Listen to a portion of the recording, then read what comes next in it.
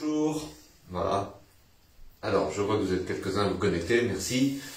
Je vous retrouve dans une serre, parce que comme vous le voyez, le temps est gris et froid, et j'imagine que c'est peut-être un petit peu la même chose pour vous tous, peut-être un peu partout en France, je ne sais pas. En tout cas, voilà, en Provence, eh bien, c'est du 0 degré ce matin, temps gris, on est mi-février. Le 14, bonne Saint-Valentin à tous déjà. On aurait dû bien évidemment avoir notre jardin ouvert, donc je vais rappeler malheureusement la situation que nous subissons comme beaucoup. L'activité d'ouverture de notre jardin, en tout cas avec des animations, n'est pas possible par les décisions administratives, tout comme notre restaurant qui reste totalement fermé jusqu'à nouvel ordre. Et pour ceux qui peut-être ne le savent pas, notre restaurant a entrepris des menus emportés tous les week-ends depuis le dernier week-end de janvier. Et évidemment, ce week-end, c'était un menu spécial Saint-Valentin qui a eu énormément de succès.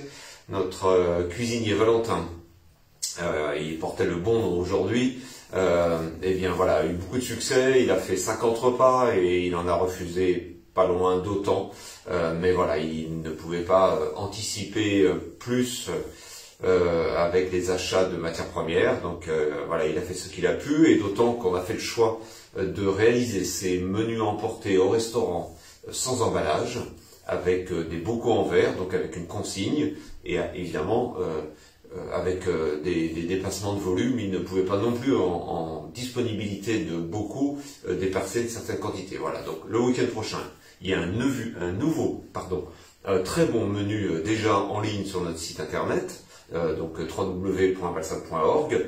Donc on peut déjà commander en ligne pour le week-end prochain, puisque les commandes c'est avant vendredi 18 h, mais évidemment c'est mieux de ne pas attendre le vendredi si on veut être sûr d'avoir un repas. Valentin est tout seul pour faire la cuisine, donc il est évidemment aussi limité par le volume. Donc voilà pour les informations. Donc au niveau jardin, pas de réouverture avec animation. On a pris la décision d'ouvrir la boutique avec l'espace vente de plantes les mercredis, vendredis, samedis, dimanches de 13h30 à 17h. Et vous pourrez, si vous avez l'occasion de venir, eh bien rencontrer Christine, qui est notre nouvelle responsable de boutique, qui prend ses marques depuis seulement avant hier. Et le jardin est en accès libre gratuitement. Mais dimanche prochain, il n'y aura pas d'animation autour de la taille des rosiers. Je le ferai comme ce matin à 10 h en direct via cet outil quand même très pratique de Facebook. Et j'espère évidemment dans le jardin pour la taille des rosiers, sinon je serai obligé d'annuler s'il y avait vraiment du trop mauvais temps, puisque là j'essaierai de faire de la démonstration avec la caméra sur différents types de rosiers du jardin. Voilà, donc aujourd'hui j'ai choisi de vous parler des semis de tomates. Alors, nous ne sommes que mi-février, bien évidemment ce ne peut être que le début des semis, et tout va dépendre des régions où vous êtes et de l'objectif que vous avez de plantation des pieds de tomates. On va compter environ 2 mois entre le semis et le moment où un plant pourra être prêt et suffisamment développé pour être planté en pleine terre, soit dehors, soit si on est équipé évidemment d'une petite serre qui peut permettre de planter des pieds de tomates sous abri dès le mois d'avril, beaucoup plus tôt. Dans mon cas, particulièrement ici, donc au jardin d'Abbaye de Valsainte et en Provence, et à 600 mètres d'altitude, on a des gelées très tardives jusqu'au mois de mai, jusqu'à mi-mai quelquefois, et je ne fais des tomates qu'en extérieur. Je ne prends jamais de risque, ou pratiquement jamais, ou si je le fais, c'est parce que on va en parler, j'ai un petit peu de réserve de plants, donc je me dis je prends le risque, je plante tôt, on ne sait jamais, peut-être qu'il y en a en fait gelée tardive, j'aurais gagné du temps, ou je plante évidemment qu'au 15 mai. Donc dans ce cas-là, évidemment, on cale le semis si on veut faire ses plants en fonction de la date où on veut planter. Donc là, en fait, je vais vous montrer un petit peu plus ou moins différentes manières de semer ces graines de tomates, ou même la méthode est la même pour les poivrons et les aubergines par exemple, qui rentrent, donc c'est la même famille, c'est plus ou moins la même méthode de culture. Eh bien, je vais semer pour ma part des graines de tomates porte-greffe. Alors ce sera l'occasion d'une autre vidéo où lorsque ces pieds de tomates qui vont servir de porte-greffe pour faire du greffage, ce que je n'ai jamais fait jusque-là, mais je veux cette année expérimenter un petit peu de greffage, eh bien ce sera l'occasion d'un greffage qui sera au mois d'avril et pas avant. Donc le semis, il se fait à l'abri. Pour semer des tomates, des poivrons ou même des aubergines, il faut de la chaleur. Il faut entre 20 et 25 degrés. Alors, 20 et 25 degrés, bien sûr, pratiquement en température ambiante. Ça peut descendre un petit peu la nuit, il ne faut pas que ça descende trop. Une fois en tout cas que la germination sera faite et que ça puisse se développer. Alors, ça demande un petit peu d'installation ou d'outils. Moi, je suis dans une serre. Pourquoi pas dans une véranda de maison? Pourquoi pas dans une maison derrière une grande baie vitrée? Mais quand même, il faut beaucoup de lumière pour faire des plans. Et on pourrait avoir tendance à croire que dans une maison, on a suffisamment de lumière. C'est pas forcément le cas. Là, une serre, évidemment, c'est très lumineux, même s'il n'y a pas beaucoup de soleil aujourd'hui. Moi, je vais semer sur une couche chaude. Alors, ici, dans cette serre, là où je suis, c'est une couche chaude électrique. Donc, c'est une nappe chauffante qui est là-dessous, là on ne peut pas voir avec la caméra, mais voilà, il y a tout ce bac, c'est une nappe chauffante électrique, il y a un thermostat, et je vais chauffer dessous, on va être à 25 degrés pour chauffer le terreau et les pots, et ça va être la condition pour la germination des graines. Dans le potager, au niveau du jardin, j'ai aussi une couche chaude, que je n'ai pas encore mis en activité, une couche chaude naturelle, où la source de chaleur n'est pas l'électricité, mais est la fermentation de matière organique. Alors, je l'ai fait avec du fumier certaines années. Cette année, je l'expérimenterai et je vous montrerai sous une autre vidéo une couche chaude avec du compost, des matières végétales, fraîches, qui vont monter en température en se décomposant. Hein, et on va chauffer comme ça sous les pots. Ce qu'il faut, c'est chauffer par-dessous pour bien chauffer le terreau et donc favoriser la germination. Et évidemment, à ce que les plantules, lorsqu'elles vont sortir, évidemment, ne puissent pas geler. Donc, il faut en extérieur, quand même, maintenir une température relativement haute. C'est vraiment minimum 15 degrés si on veut qu'ensuite il y ait une bonne croissance. Alors, pour semer les graines de tomates, on peut avoir deux optiques. Soit on va semer, on dit semis en barquette. Pour le coup, moi, j'ai pas forcément on peut faire dans des barquettes carrées, rectangles, qui vont être à peu près sur une profondeur de 8 à 10 cm. Hein. Il faut un peu ça pour développer des racines. Mais moi, j'utilise dans des pots de récupération, des petits pots. Je vais faire mes semis de graines pour avoir des petits plants qui, lorsqu'ils seront développés, et là aussi on pourra le voir sur une autre vidéo, eh bien, seront séparés. Donc on viendra les sortir de ce contenant pour les repiquer individuellement dans des petits godets. Voilà, c'est-à-dire qu'ensuite on viendra élever les plants dans des petits godets individuels comme ceci pour vraiment développer de jolis plants pour ensuite les planter dehors. On peut aussi faire l'optique de travailler avec des plaques alvéolées comme celle-ci. Là, c'est une plaque en polystyrène. Donc on a des petites alvéoles qui vont faire des mini-mottes. Donc évidemment, ça c'est très pratique. On peut venir mettre une graine dans chaque alvéole. Et puis on va donc se faire des mini-mottes. De la même manière, pour un pied de tomate ou poivron ou aubergine, encore une fois, cette mini-motte doit ensuite être emportée dans un godet, un pot un peu plus grand pour vraiment développer un joli système racinaire. Ces mini-mottes, comme celle-ci, elles peuvent servir pour des plants de salade où là on va repiquer directement dehors. Et puis si vraiment on veut produire des quantités un peu plus grandes, eh bien il y a carrément les grandes plaques alvéolées là de 40 mini-mottes. Mais ça c'est pour les gros producteurs. Je pense que pour un petit jardin, on aura toujours tendance à faire trop de plants, donc c'est pas forcément nécessaire. Et effectivement, faire ces semis de tomates, ça n'a aussi vraiment de sens que si on a l'intention de planter quand même beaucoup de pieds. Parce que en finalité, si vous achetez un petit paquet de graines de tomates ou autres légumes, il y a beaucoup de graines et les graines ne se conservent pas forcément des années. C'est pas forcément intéressant finalement de semer 50 graines. Et qu'est-ce qu'on va faire de 50 pieds de tomates? Ou alors, eh bien, on sème quelques variétés, on pourra faire des échanges. Quelquefois, c'est aussi l'occasion, après qu'on a des plans, de faire des échanges avec d'autres jardiniers qui ont semé d'autres variétés. Alors, on va voir tout de suite la technique très simple. Alors là, moi, ici je vais semer des graines de récupération. C'est des graines que j'ai récoltées sur des tomates. Alors je ne vais pas dire des tomates sauvages, mais presque, puisque toutes ces graines, elles viennent de petites tomates cerises qui sont venues pousser spontanément dans un tas de terre ici. Donc elles ont poussé tout l'été, sans arrosage, avec un été très chaud, très sec. Voilà, c'était assez stupéfiant de les voir au mois de septembre avec plein de petites tomates cerises rouges. Donc c'est typiquement ce genre de tomates que l'on cherche pour faire des porte-greffes, parce que voilà, on a des plants vigoureux. Donc voilà toutes, voilà, hop, je sais pas si vous voyez, les graines récoltées. Donc j'en ai même beaucoup trop. Je vais mettre ces graines, voilà, dans ma petite coupelle. Donc là on les voit, voilà, vous les voyez. Et donc, en fait, je vais me servir d'un autre outil qui va être cette petite pince à épiler. Parce que dans mon contenant, qui est là, que j'ai rempli de terreau, donc je l'ai rempli de terreau et j'ai utilisé, alors pour le semis, vraiment, alors du coup c'est un terreau que je vais appeler commercial, qui est vraiment un terreau spécial semis très fin, d'une tourbe extrêmement tamisée.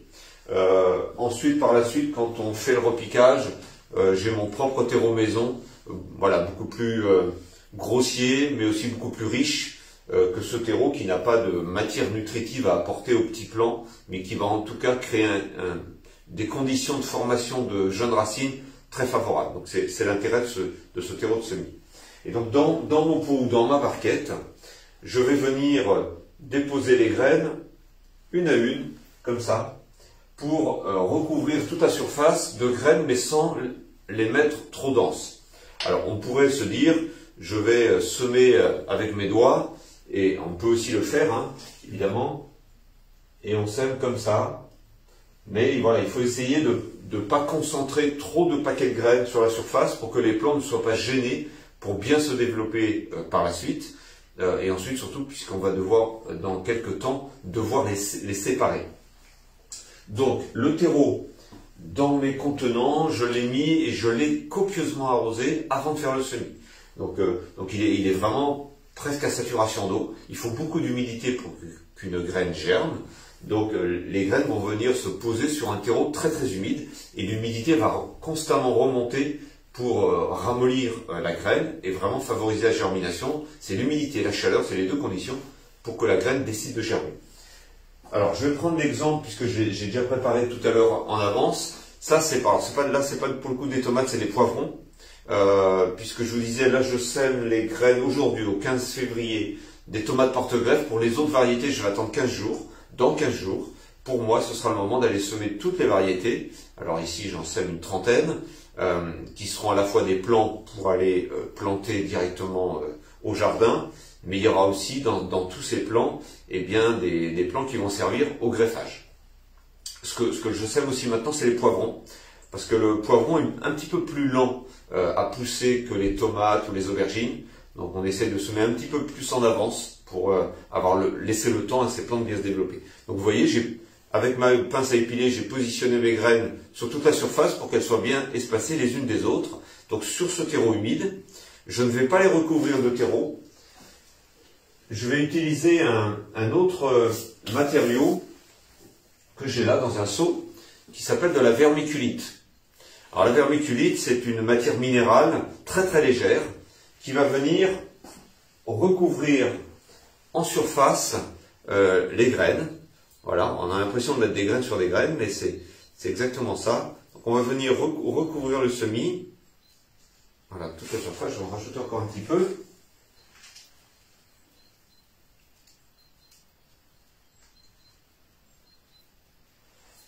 Voilà, donc la vermiculite vient recouvrir, en fait, elle recouvre les graines vont germer dessous.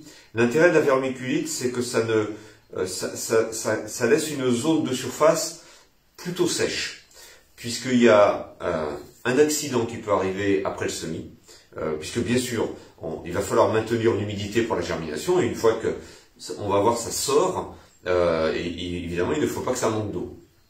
Et on aura deux optiques, soit on arrose par-dessus, soit on arrose par-dessous, parce que l'arrosage par-dessus peut créer le développement d'une maladie qu'on appelle la fonte des semis, On a nos petits plants qui ont poussé, ils sont magnifiques, on est tout content. Et puis tout d'un coup, on a l'impression qu'ils ont été coupés avec un ciseau ou mordus par un insecte. Mais en fait, c'est un champignon la fonte des semis, qui va venir attaquer vraiment ces jeunes tissus et les couper carrément. Et là, le semis, c'est terminé, on peut tout recommencer puisqu'on aura tout perdu. Donc c'est chaleur-humidité qui vont favoriser la fonte des semis, donc il faut être très vigilant avec ça. Donc la vermiculite permet de l'éviter, l'arrosage par-dessous aussi, des fois la ventilation un petit peu de sa serre évitera aussi ces accidents. Donc là, si on a avec une bonne chaleur par-dessous, entre 8 et 10 jours, ça va sortir. Un petit peu plus long pour le poivron que pour les tomates. Il va sortir 2 jeunes feuilles plates, on appelle ça les cotylédons. Donc c'est des fausses feuilles en fait. Et puis ensuite vont commencer à se développer des vraies feuilles, des petites feuilles découpées, typiques des tomates. Et le stade où on va venir ces petits plants, les repiquer individuellement dans des godets, on sera vraiment au stade 3 ou 4 feuilles. On n'attend pas que les pieds tomates soient comme ça dans la barquette de semis pour aller les repiquer dans les petits pots individuels. Pas trop jeunes non plus, mais voilà, ils vont faire 2-3 cm. On va les séparer. On aura peut-être, j'espère, l'occasion de voir ça en vidéo. Je crois que j'en avais fait une année passée, une vidéo sur ce petit repiquage. Vous pourrez le retrouver, puisque sur notre site internet, chaîne YouTube, tout ça, on retrouve plein de vidéos déjà de l'année passée. Évidemment, chaque année, les gestes sont plus ou moins les mêmes et se renouvellent. Donc, voilà, je dirais, il n'y a rien de plus compliqué que ça. Finalement, le semis va relativement vite. Encore une fois, quand on sème, on a tendance à faire beaucoup plus de plants que ce dont on a besoin. Mais ça permet d'avoir des fois un petit peu de réserve en cas d'accident. Ça permet de faire des échanges. Je le répète, avec d'autres jardiniers. Il y a tellement de variétés de tomates, on est forcément tenté d'en faire beaucoup. Moi, j'ai ici dans mes sachets de graines beaucoup de récoltes de notre production de l'année passée. Un gros avantage d'aller récolter ses propres graines, au-delà du petit intérêt économique, quand même, parce que ça coûte cher les graines, eh bien c'est d'avoir des variétés. On ne récolte les graines que sur des variétés anciennes, pas des variétés hybrides récentes. Il faut des variétés anciennes qu'on appelle fixées, sur lesquelles on va pouvoir reprendre des graines. On va avoir au travers de ces graines la mémoire de la plante qui a été cultivée peut-être chez soi, sans traitement chimique, sans engrais, peut-être avec peu d'arrosage. Donc la plante va mémoriser ses conditions de vie. Et au fil des générations, si chaque année on reprend des graines, eh bien on finit par... on n'améliore pas la forme de la tomate qui garde ses caractéristiques physiologiques, mais on améliore sa capacité à pousser dans son propre jardin. Voilà, donc c'est quand même un gros intérêt d'aller chaque année. Donc l'intérêt c'est de reprendre les graines de l'année d'avant. C'est-à-dire ces graines c'est la récolte 2020. Si je les sème pas toutes, le but n'est pas de les semer l'année prochaine. L'année prochaine, j'irai semer les graines récoltées en 2021. C'est dans ce sens-là qu'il faut opérer. Donc là, j'ai quelques variétés. Dans quelques temps, je vais quand même recevoir des paquets des petits sachets de graines que j'ai achetés d'autres variétés. L'année passée, on n'a vraiment pas eu une très bonne production de tomates. Je sais qu'on n'était pas les seuls. C'était une année compliquée, de par un printemps très froid ici. Je le disais, les froids tardifs nous impactent, en tout cas, surtout en culture extérieure, ça devenait difficile. Et puis ensuite, derrière ce printemps qui démarrait pas vite, on a très vite eu pas des hautes chaleurs, mais des chaleurs sèches, des épisodes vent du sud, donc des situations qui bloquaient un petit peu la croissance. Donc voilà, tout n'est pas toujours simple dans le jardin. Ça réussit pas toujours aussi bien qu'on ne le voudrait. Donc voilà, on n'a pas récolté des graines sur toutes les variétés l'année passée, mais ce processus de récolte de graines va évidemment reprendre. Donc je recevrai quelques paquets de graines qui seront, donc je le redis, semés dans 15 jours pour moi, pour la plupart des variétés. Là, je vais tout à l'heure terminer ce petit semis de graines porte-greffe, donc ces petites tomates cerises. Et puis pour le reste, ce sera dans 15 jours. Mais si vous habitez à Nice, vous pouvez bien évidemment, peut-être certains l'ont déjà fait, de semer leurs tomates. Mais si vous habitez évidemment la Bretagne, ou l'Ouest va avoir aussi un climat peut-être un petit peu plus favorable. Pour d'autres régions de France, c'est clair qu'il faut des fois attendre un petit peu et pas trop se hâter. Et encore une fois, avoir évidemment un petit peu un équipement, une petite serre pour faire ce genre de semis qui demande de la chaleur. Voilà, je vais m'arrêter là. Alors vous savez que, n'hésitez pas, vous m'écrivez des questions en commentaire, hein, sur cette vidéo, sur la page Facebook, j'y répondrai dans la journée, s'il y a quelques précisions qui sont demandées. Il y a quand même, donc rendez-vous dimanche prochain pour la taille des rosiers, à 10 h, on va garder ce rendez-vous-là. Pour les dimanches d'après, j'ose pas trop me projeter, j'espère plutôt que les animations puissent les faire ici. Il y a notamment la taille des oliviers qui est prévue le premier dimanche de mars. Et si je dois encore le faire sur Facebook, cette taille des oliviers, ça me ramènera un an en arrière, où on était déjà dans cette situation, mais là c'était carrément le confinement, où tout le monde était chez soi, et on avait commencé ces petits directs Facebook. Donc j'ai vraiment envie plutôt que ça s'arrête, et qu'on puisse se retrouver physiquement ici. Pendant le mois de mars, il y a des journées de stage que j'organise au jardin. Je pense que là, on pourra les maintenir, mais avec des petits groupes de moins de 10 personnes. Alors j'ai plus les dates en tête, mais ça se passe les jeudis en mars. Il y a une journée consacrée à l'usage des huiles essentielles que je fais pour soigner les plantes, donc les perfusions, les pulvérisations, l'usage de l'argile avec les huiles essentielles pour les plantes. Il y a une journée consacrée au jardin sec, donc la création d'un jardin sec, le choix des plantes, les techniques de plantation, et une journée consacrée au potager en permaculture, donc une journée d'initiation au potager en permaculture, et un stage de 3 jours le dernier week-end de mars sur le potager en permaculture. Donc ici, il me reste 2 places sur ce stage de 3 jours. Il y a 2 petites places à prendre, et qui seront soit en externe, soit en logement dortoir, puisque toutes les chambres du gîte ont été prises pour ce stage. Donc ça, vous pouvez vous inscrire sur notre site internet. Voilà, je vous remercie de votre attention. Bonne journée. J'espère que le soleil va revenir un petit peu, puis que ça va se réchauffer. Je crois que c'est prévu la semaine prochaine, que le printemps puisse venir un petit peu ensoleiller et réchauffer notre jardin. Merci à tous, bon dimanche, et encore une fois, bonne Saint-Valentin.